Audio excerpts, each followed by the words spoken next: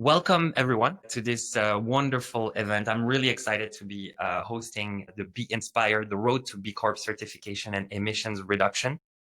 We have been pals with B Corp for a while. We certified with Plan A in 2021.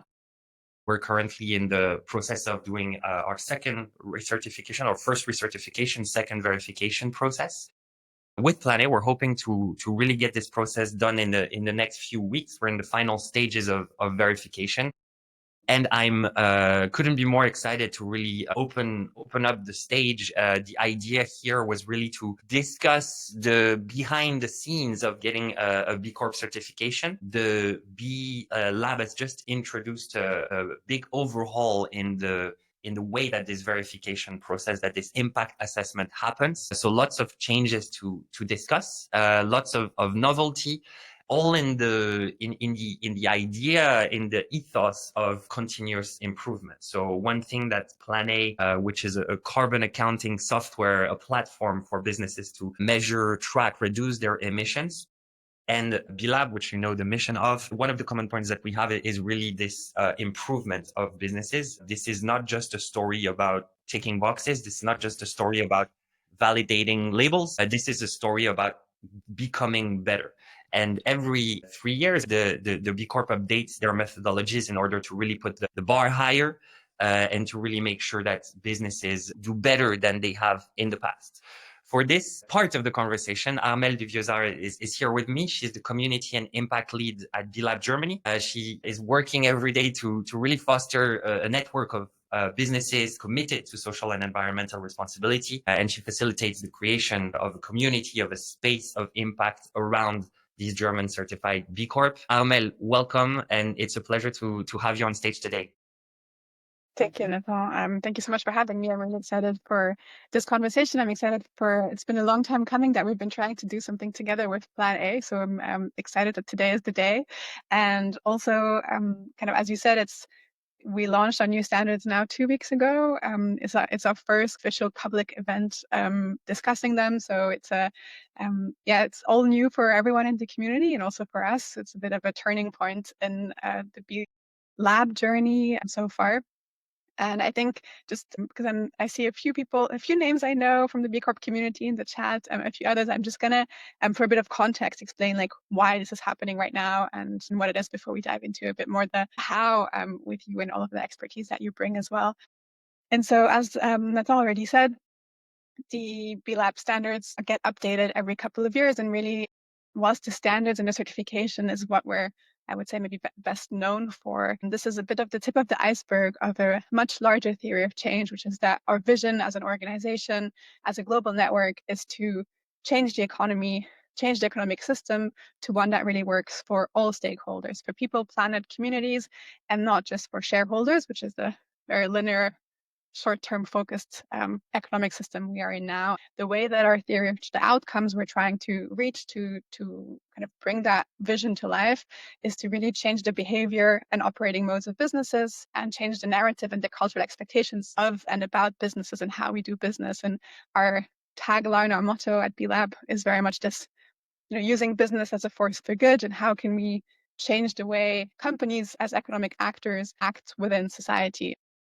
The way that we have defined is standards around governance, around how you treat your employees, around your climate impact, environmental impacts, supply chain management, transparency, all of these elements that we believe are material and are areas that companies need to take responsibility for in order to be like a positive player in the system that we're in. And the standards are at this core. And we used to have a system, the one that you're recertifying on right now, which has already been updated.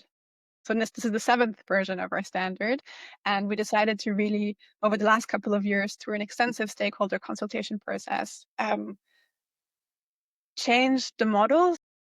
What everybody knows as currently a certified B Corp or going through the process is we have 5 impact topics. You can gain points. So all of this happens on our B Impact Assessment platform. You take the self-assessment, you tick which practices you already have, and you can gain points across all of these different areas, and you have to reach a minimum score to become a certified B Corp if you decide to go for the certification. And whilst this has really served us up to this day, we also realize that the challenges that we're facing keep growing, and that we no longer really have this choice of performing or focusing solely on one area, and that as economic actors, we really have this kind of global responsibility. And therefore, we moved now from 5 to 7 impact topics to reflect these kind of most material, social, and environmental areas and challenges we need to address, but also away from like a point system to minimum requirements. And this is the biggest shift we've had so far. And I think something that's really going to move the needle and push our collective impact forward, because now we'll know that every single organization that becomes a certified B Corp or remains a certified B Corp has at least fulfilled specific requirements in all of these areas. And that's really a big move, I think, for our community.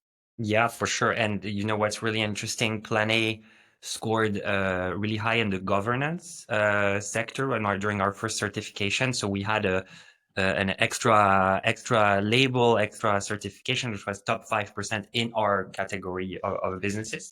And I find it really interesting to add this holistic dimension to have the seven. You need to be at a certain minimum for each of the seven new categories. So this really pushes businesses to think about sustainability a little bit differently, right? Like not just as an extremely high performer in one space and maybe not spending any time on the other one. All the sustainability managers really feel the pain of the time to report and being able to go beyond the function of reporting and really starting to act. And maybe that's another point I wanted to highlight as a common point that we have as Plan A and the B impact assessment is the way that the platform is built is also made to encourage companies to improve by making the reward, the point system transparent, by allowing to select places for improvement, set goals for improvement with deadlines, with signees, and all of this task management system based on ESG, in your case, based on carbon management in ours. I find that really exciting because the structure in which you're reporting defines your sustainability strategy to a large extent. That's why Plan A selected B Corp and not another. There's lots of certification bodies that could validate one way or another, one aspect or another. And the theory of change that backs the B Corp with this notion of holisticness, with this notion of business corporate focus as the main vehicle for that transformation. I find those aspects particularly interesting. And just finally, this part on just the improvement, the decarbonization, the getting better at what you do, even if you are already at a certain level. There's also, I think, a new tiering system, right, to gauge where do you start from, because it would be a bit unfair to rank someone just getting started with someone who's already quite advanced. So all of these details that are not details, I find very exciting about the new standard. And I think the theories of change that power this transformation, this is something that businesses were thinking about, getting a platform to manage this transformation. It's really important for them to think about that before they think about the label. Absolutely. I think that's what you said. It's so true. It's also around, I mean, we have this motto internally. I think one of our big values is measure what matters, and what's in the midst of how many requirements, reporting requirements, sustainability standards are changing, feels like every other day. And for a lot of professionals in this space, it's really difficult to have like a grounding of actually having a space to capture what they're already doing, to actually analyze the gaps of what maybe they're not doing yet, and have this element of improvement. And it's something that's always been inherently in the ethos of B Corp, and of course also, as you just mentioned, the work that you do, and the new standards are now reinforcing that in several ways. One is, we're maintaining our platform, but we're becoming a lot more transparent about it. And for those of you who have gone through the impact assessment, it used to be a bit like, depending on what size you are, you'd see some questions and then there would be some points, but it wasn't very transparent about like how things necessarily were like calculated and evaluated.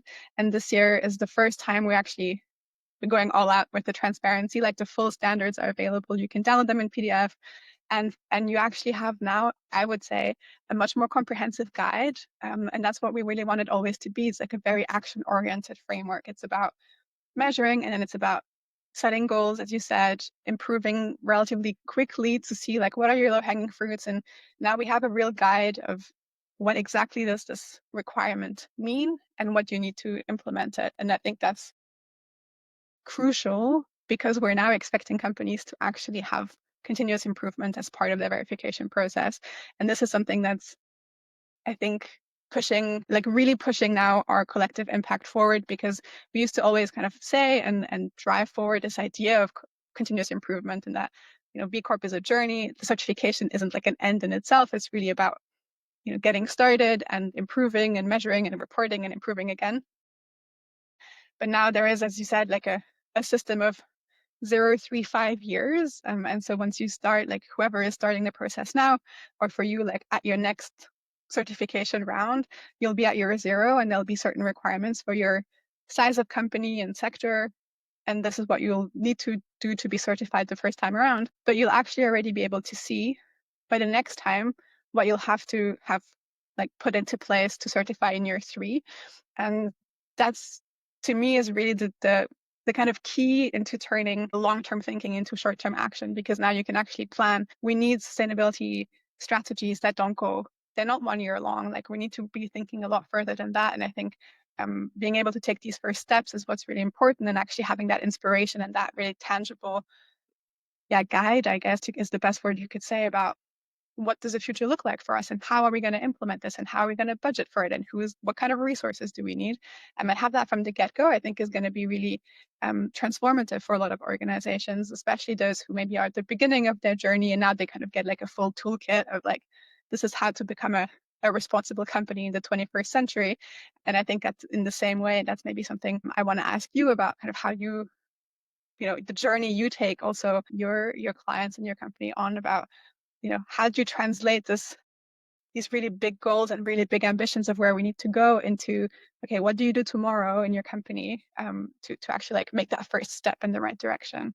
Yeah, I mean, this is a great topic to unpack, and maybe the first way that I see it is that depending on the company size, on where they stand on sustainability or where they are on their journey, there is something for everyone in the sustainability journey. So, you know, a very small business startup can really embed sustainability principles to be leaner, to spend less resources on their business development, get some reputational goodwill, and really stand out at a moment that is very important for them. A company that's much bigger, that's already done a lot of reporting, also for compliance reasons, maybe that's a big conglomerate, international, has also some value to extract from sustainability in terms of optimization, in terms of energy reduction, in terms of questioning some of the established process that has been put in place over the time. In the middle, you have different companies that will do sustainability in a, you know, maybe as a beginner stage, because they didn't really have the funds before to spend some time on this, but now they really are ambitious about starting the sustainability journey. So there is really different reasons for businesses to get to implementing sustainability, or to be interested in getting a certification, or even just understanding what level of sustainability they stand on and benchmark themselves against competitors or partners, or even based on their supply chain. So there's lots of entry doors, and I think that's the first thing to understand when we speak to our clients is where and what do you want to achieve as an outcome with this project of carbon accounting, with this project of decarbonization or risk management. It can be named a lot of different things. The second part of this is really, there's lots of timelines going on in the mind of a sustainability manager. You have to report for the past year, but you have to prepare you're already collecting the data as it goes for the current year, which will be your reporting next year. And you have to prepare a near term, that's 2030 plan, and a longer term, usually 2050 plan. So you are working with lots of different timelines in your mind, and you have to have goals and results and KPIs and successes for each of these timelines. So that is something that we really try to unpack with our clients, to really make sure that they have their lagging indicators that is being covered through the data collection capabilities of our platform in the case of Plan A.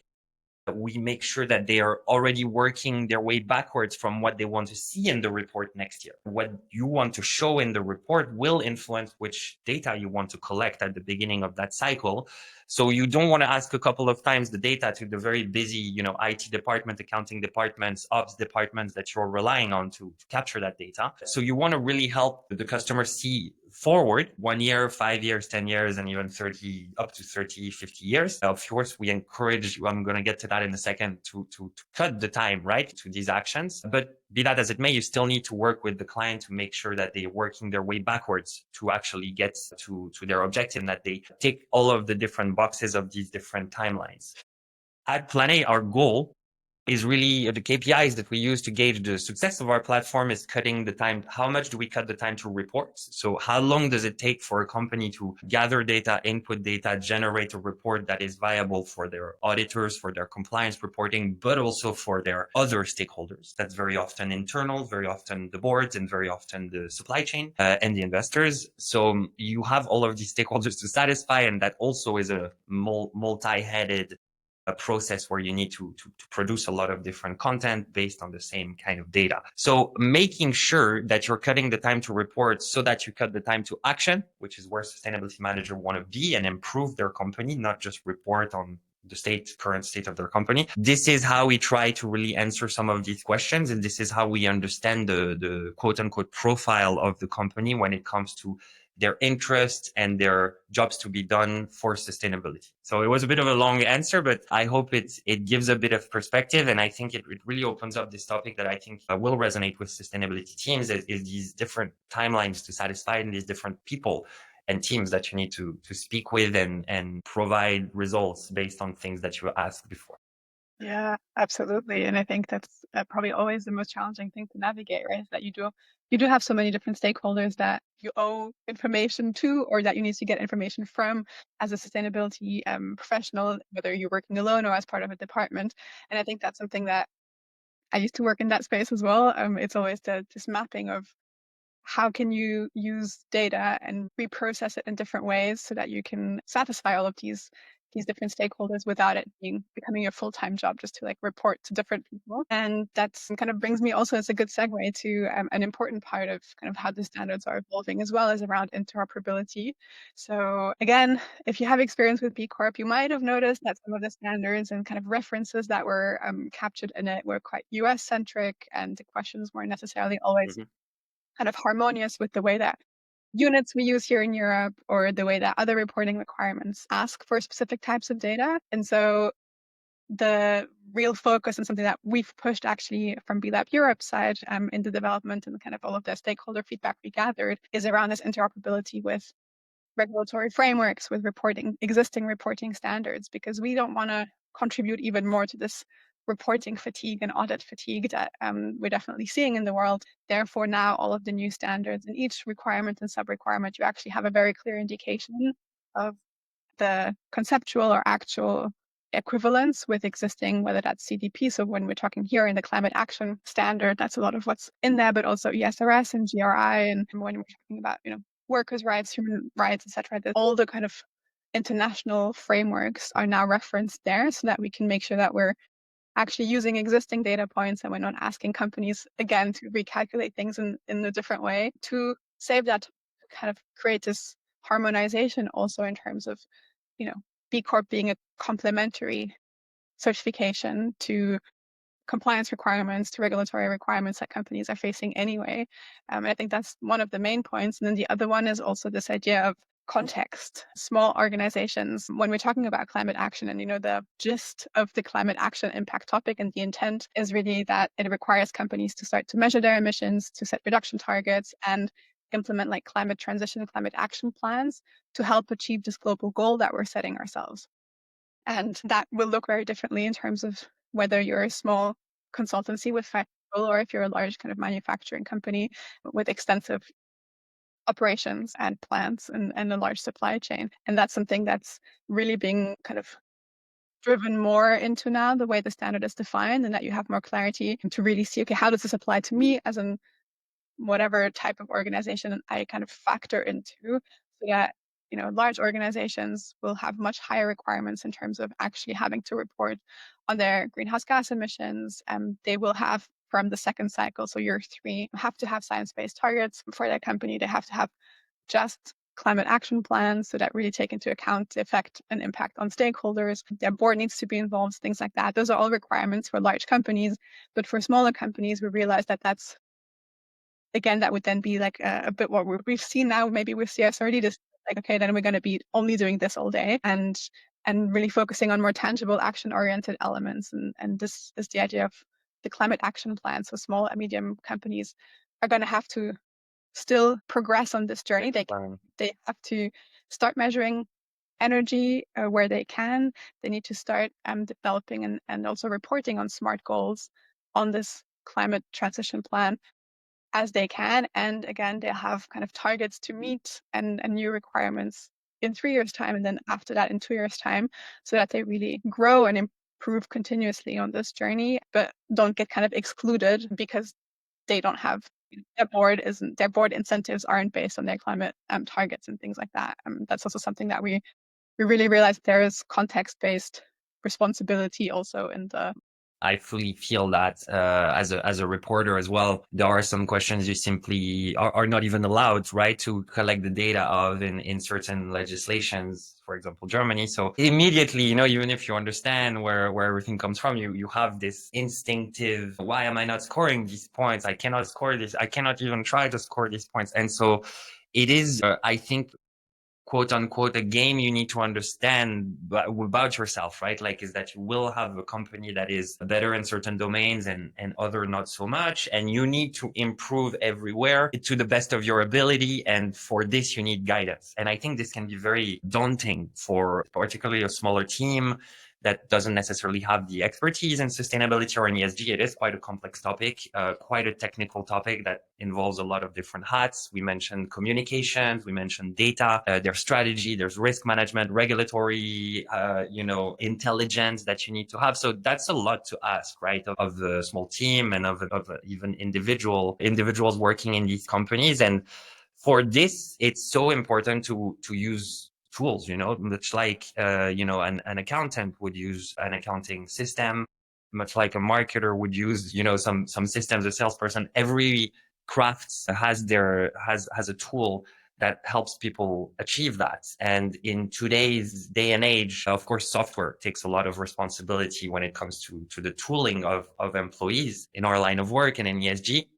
And I think there is something very important in our conversation here, which is we are talking about a daunting subject. We are talking about a subject that is quite hard, and there is a lot of expectations from suppliers, investors, we mentioned them, but also if you are, say, a fashion company, which we work with a lot, you have a lot of pressure for your consumers to be responsible, to be aware that you're in a very highly impactful vertical. And that is a strain on very small companies because they do need to show what they do. And so by that rationale, they really need to get started very quickly with very little resources, and having this tooling system that allows you to centralize your data, to repurpose it in different pieces of content, and to be the same source of truth and tool in order to do multiple reports. And you mentioned something really interesting about interoperability.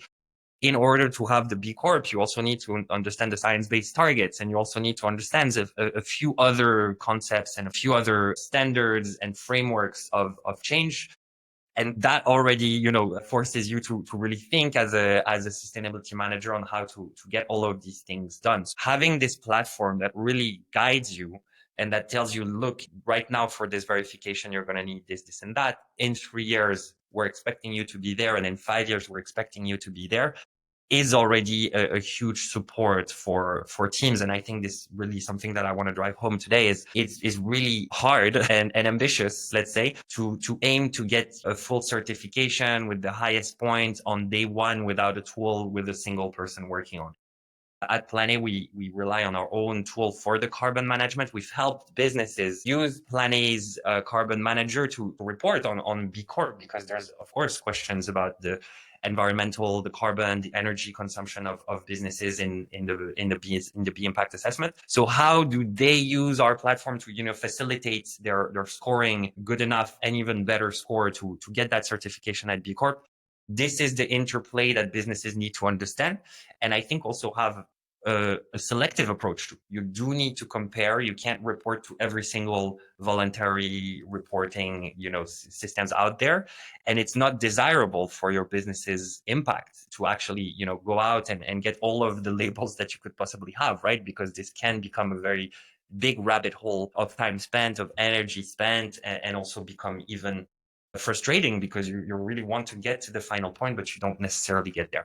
So I think these are two, very interesting points around this interoperability and this, again, back to the long-term versus short-term. How do you mix quick wins that are really efficient, that will allow you to get, a good enough score, not lower your score when you get recertified, with also in mind that in 5 years time, you need to know where you want to be and have this guide your action. Absolutely. Yeah, I think you really nailed it there in terms of having, because I mean the impact assessment, as I said, like it covers so many different areas, and it's a set of standards to guide, a desirable state of where we want to be.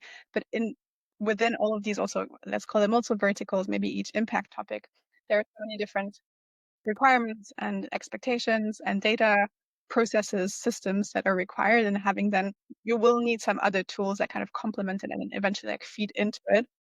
And I think the ability to also compare and to actually see your, not only report back, because you have to report back, but actually see your progress and be able to track KPIs of seeing, okay, where did we have the biggest bang for our buck when it comes to carbon reductions, and how can we actually invest moving forward? Are we on the right track, or did we are we learning that this was actually maybe not the most impactful way to spend our resources or to focus our energy? And I think if you don't have a system, if you don't have like a systemic way of analyzing, okay, where am I getting my data from, what am I comparing it to, and how am I setting these targets, you're kind of threading water, because it's really difficult to Absolutely. assess success and to actually like see, okay, did we have a return on investment? How are we going to justify this to our board? And can we, transparently in good faith communicate this to our stakeholders externally, to our consumers, to our partners, to our investors?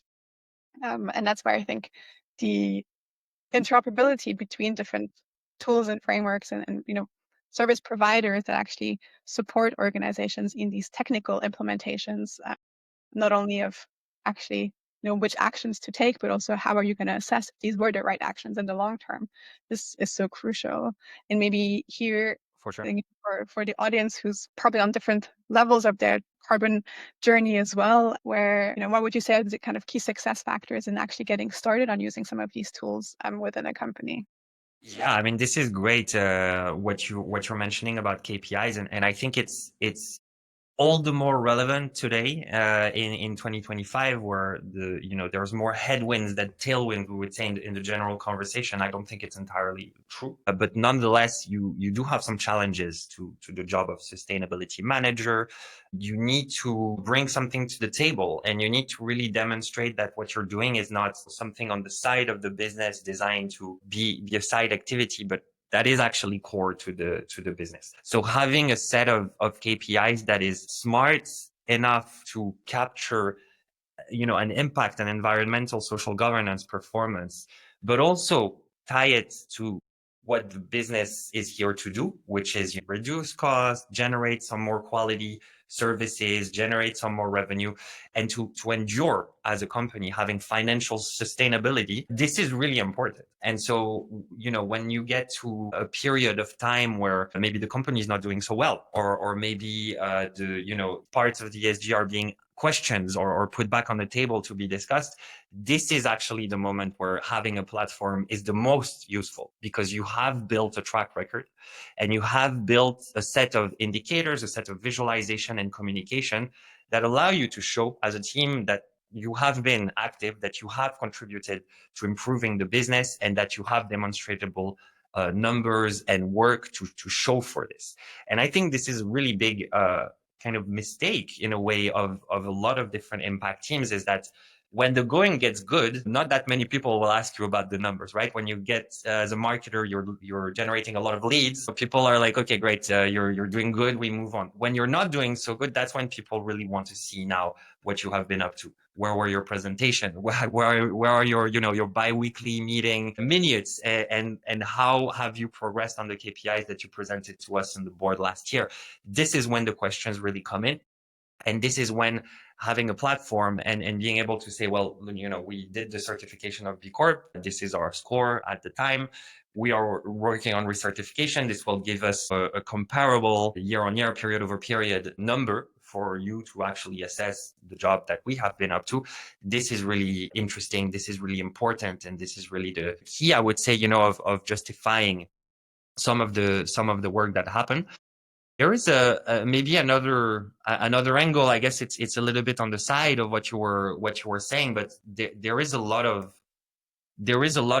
education, of communication, and I think this might be a little bit underplayed, or it has a bit of a bad name, right? Like if you're a sustainability manager and you're a communicator, then you have this greenwashing cloud over you, or this is one of the key things to do well as a sustainability team. You need to be able to communicate your goals and your results as well as any other team.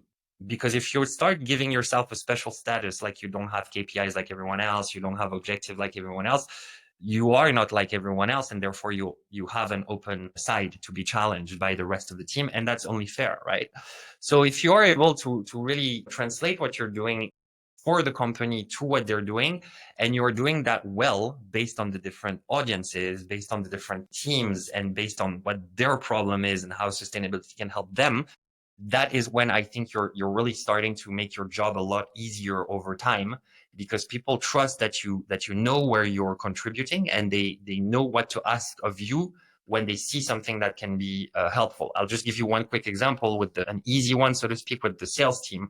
At Plan A, we publish a yearly emissions reports, and this is obviously helpful for businesses to verify whether or not Plan A is a serious carbon accountant. So having this awareness that what we are doing in the sustainability team transfers over to the sales team, transfers over to the marketing team, it will influence the policies and the people and culture team, will influence the business travel, obviously, policy, and all of these things, right? So if you have this kind of relationship that is based on effective and efficient and easy to understand communication, I think you're doing a lot better in your job, because you're cutting the time to report that we were discussing as a main KPI. So I'm not sure I really totally answered this. I'd love to ask you also, the importance of learning, of education. I do it a lot via community. I learn a lot by talking to sustainability managers through, my job, but also through the communities like the B Lab, which I'm really grateful for. And that's also for me an enormous source of learning how to communicate, how to do my job better, how to understand what sustainability manager need to communicate and to whom, in order to really be relevant and be a modern team that's not just relying on the reports every year. Yeah, absolutely. I think I mean, that's my day-to-day, right, is to actually create these spaces, to have exchange with different stakeholders. We pride ourselves, I think, as one of our USP, I would say, as a certification, is that actually, we're not just a certification. The idea is that a company doesn't just get the certification for themselves, but it's actually, stepping into something bigger than themselves. The B Corp movement, this community of now almost 10,000, certified organization, but there's over 300,000 companies that are using the impact, or organizations that are using the impact assessment. And all of these people are kind of on the same line of saying, okay, I want to learn more, I want to grow, I want to use this framework to better our business, and to kind of set the direction and the compass for where we're going to be in a couple of years. And along the way, you need coaches, you need peer-to-peer exchange. There's different kind of formats that we offer as B Lab, but actually also that a lot of B Corps offer to the community around their areas of expertise. And I think that's something that's, as you said, a bit underplayed or undervalued sometimes, and is the value of actually having that conversation with someone who's in the same situation as you, who might be struggling with the same kind of challenges, whether that's about internal accountability or, coming to terms with new reporting requirements, etc., and to actually have a space where you can address that and see, okay, we tried this, it really didn't work. Like maybe we, what can we learn from your experience? Or maybe we should get together and look at, which tool to use. What are your experience reports and your reviews about this and that? And I think that's something that I'm trying to foster. And we have different, for certified B Corps, we have different platforms and channels and monthly community calls where we create kind of rooms for this, of B Corps being able to come up and say, I want to share something with the community because I think this is a best practice, or this is maybe a fail that I want to share so people can learn from it. But also, especially now with these new standards coming out, there's going to be a lot more kind of formal offering also from B Lab's side. So I'm kind of training sessions and deep dives and cheat sheets and reference sheets to like understand the new standards and really deep dive into it. But the most important access at the moment is that you can just log into the platform and actually like do the self-assessment and see, where you fare against those criteria of the standards. But then once you become certified, you kind of have access to this collective intelligence globally, because we are a German community, but we're part of the European community, we're part of the global community. And within that, there's already so many different types of organizations who have gone through it, who are going through it at the same time as you, who maybe have like complementary services that can support you on your journey. And that's something we really want to leverage, especially now moving forward into this kind of new era for us at B Lab, and with the new standards of actually getting everybody on the same page and upskilling, because we always have interest from businesses who want to become B Corps, but we also have B Corps like yourselves who are going to have to up their game by the next recertification round, because they might not yet have invested or measured along all of these impact topics, which are now requirements. And bridging that gap actually with this collective intelligence is what we're going to try and really promote and influence, to say, this is what it means to be a B Corp. It means together using our business as a force for good and inspiring and kind of upskilling others along the way. Maybe a note here that I'm thinking on the fly is the sustainability space is something where failing is a lot riskier and harder than many other disciplines of business. And I think this is something that people are a bit shy, right, to discuss. Hey, we tried this in sustainability, but it didn't really work in terms of decarbonization. I think there's still a negative feeling to this, and really providing safe spaces for sustainability matters. So, we're dealing in heavy topics in environmental destruction and social well-being, human stories, and people stories of real people. And so there is no space for failure. There is no space for, like, this is not something that you can try and just cancel, just like, some sort of marketing campaign. The stakes are just higher in this sense. And so really being able to discuss this without the, overhanging judgment of the people that do judge you, right? Like your consumers, your stakeholders, and so on. It's really important, especially in the sustainability world. This is what I've heard from a lot of people working in that space, that they cannot state anywhere that they have failed at anything because it's just too high stakes, and just revealing this would cost too much goodwill. So changing also the perception, I would say, of what it is to be a successful, sustainable business is quite important, and making sure that although we need a lot more tooling to see through greenwashing claims or claims that are not true, or things that are just wrong, or mistakes that are being made, also needs to work with the reality of corporate sustainability, which is a work in progress, and which we're still trying to find all of the solutions to all of the numerous problems, industry specific, site specific, geography specific issues.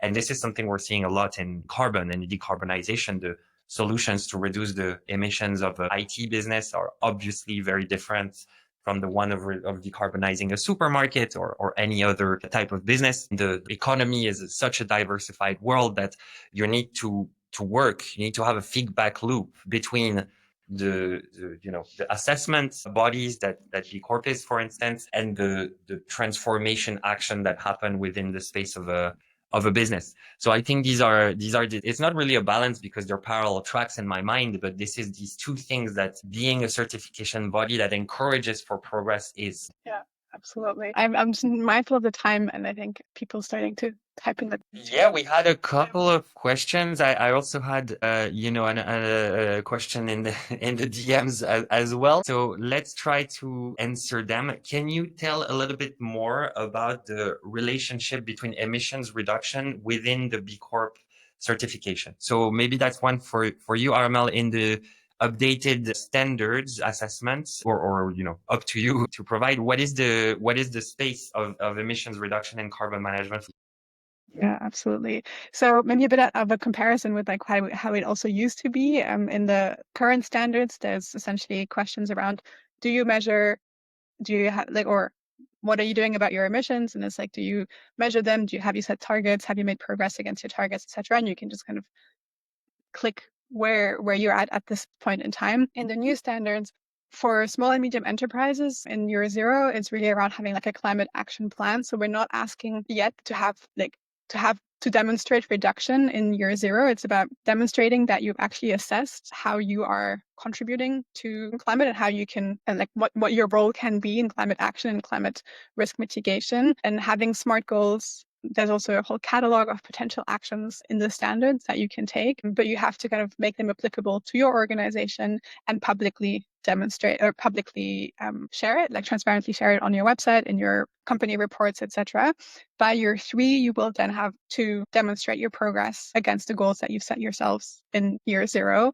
So there's a kind of continuous improvement element there. The requirements for larger organizations is really that they are actually measuring, monitoring greenhouse gas emissions, scope 1, 2, and 3, that they have like a full report around like mapping their scope 1, 2, and 3, and they have to actually set targets and report on their targets in year 3 and year 5 onwards.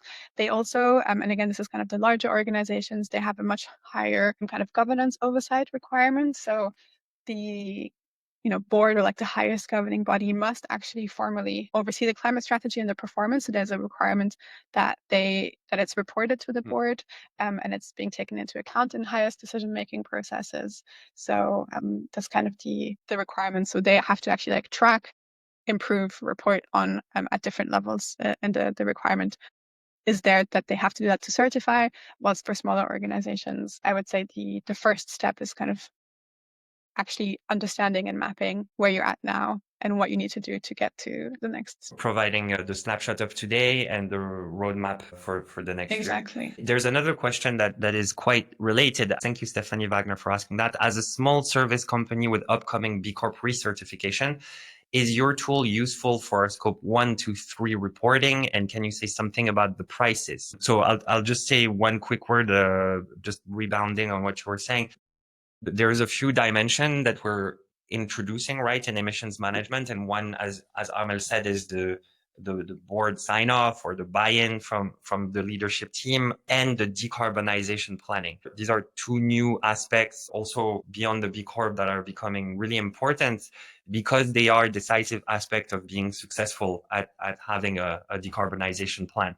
So having not just an engine for measuring, calculating your emissions, but also the engine that will take these calculations and project it into the future for decarbonization, and allow you to really get the people that need to be in the room involved and engaged and in the know. This is kind of the package that we're discussing. The tool of Plan A, and we've done this with multiple clients, will be the tool that you would use for scope 1 through 3 calculation. So inputting your emission data, your activity data, or your spend-based data in order to get the number that is your scope 1 emission, scope 2, and scope 3, the material categories of scope 3.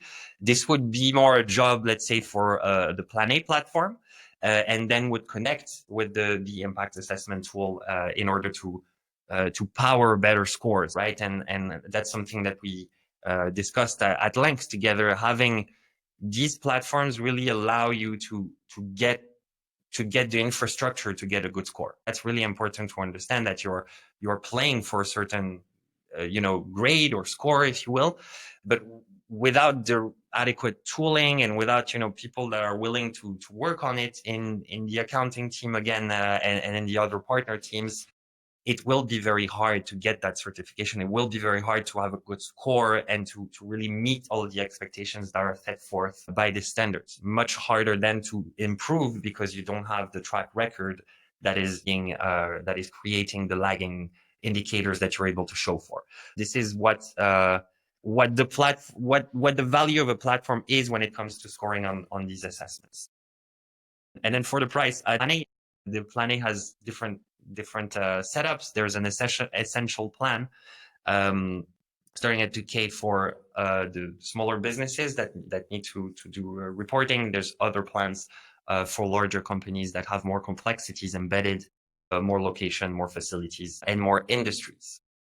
I think maybe I can complete this as well. As a small service company, it's definitely a great practice, and it will help you set you up on this continuous improvement journey and kind of the requirements further down the line. But it won't be like if you're recertifying and you're going through year zero essentially of the new standard for your size and industry, like your greenhouse gas emissions reporting wouldn't be a mandatory requirement. It would be something that you can go to like exceed and go beyond the kind of minimum requirements for this area. But at this time, it wouldn't be like a make it or break it element. And then actually see, I'm just going to bounce off the next question, which I think is also more for me, is B Lab planning ways to help B Corps actively improve their score if you see that there has been a lack of progress, and what happens if a B Corp does not improve their score enough.